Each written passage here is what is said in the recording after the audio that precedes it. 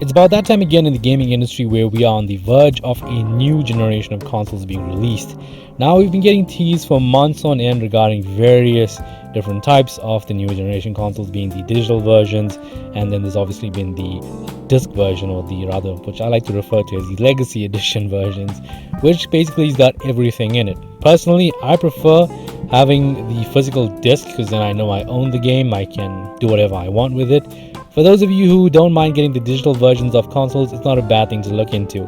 However, at the same time, we have received confirmation that the Xbox Series S is indeed real. Now, for those of you who can't remember, or for those of you who don't know, in fact, it went by the codename Lockhart, and it's been that way for a very long time. People have also been, over social media and that kind of thing, referring to it as the Series S. And the reason for that being is, previously with the Xbox One, we had the Xbox One S and we had the Xbox One X. So those last bits of numbering, or lettering as they refer to it, has obviously carried over to the newer generation.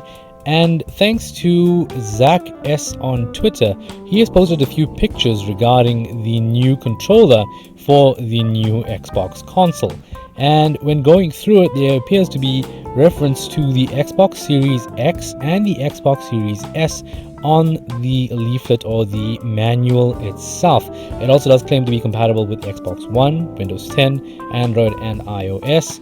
Obviously with Android and iOS, those are for things such as the xCloud service, if it's going to be available. I'm not too sure on the iOS side of things what's happening with that. But as far as it goes, when it comes down to the old Xbox streaming services and things like that, you'll obviously be access to that on your mobile devices as well as Windows. And obviously most games on Windows use it.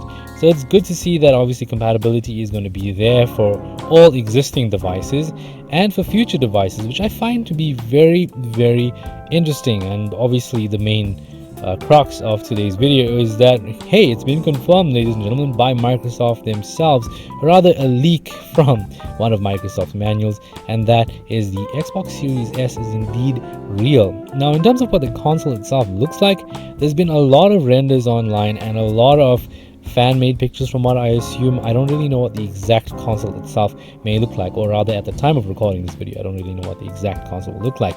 We haven't seen a reveal of that. We do know what the Xbox Series X looks like. Now it's just moving on to what the price is going to be.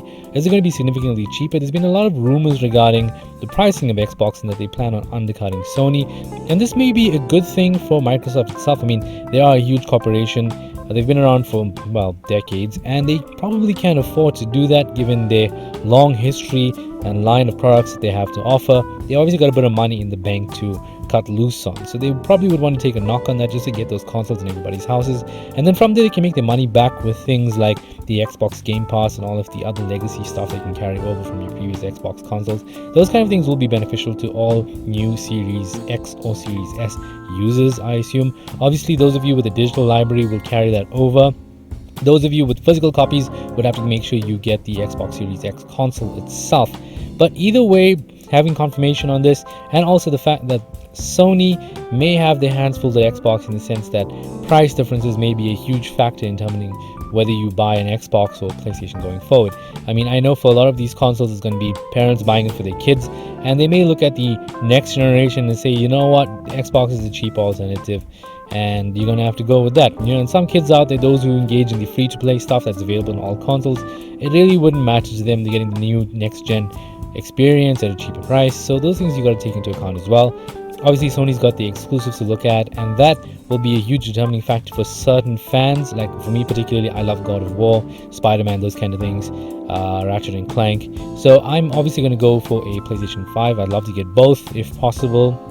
I'm a console collector, I'm a gamer, I love those kind of things, so I'm hoping I can get that as well, but only time will tell. For now, the main thing though is that we have an Xbox Series X or Series S confirmed, and also pricing. We are speculating that it's going to be cheaper, and from some leaks it might be cheaper, and we're also getting a slightly more powerful console on pen and paper. That is, it all depends on how well it is utilized and the type of library that each of them have. Remember, the original Xbox on pen and paper was a lot more powerful than the PlayStation 2, but the PlayStation 2 still remains one of the best consoles of all times, and it did outsell the Xbox, so there's that to consider as well. The library makes a huge difference, not just pricing, not just features. That's what we can take away from this video for today.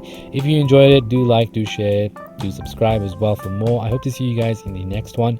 Trying to keep things on the daily upload schedule, so I hopefully will have more videos coming up soon, and I intend to be more active going forward. Thanks for watching, and I'll see you guys next time.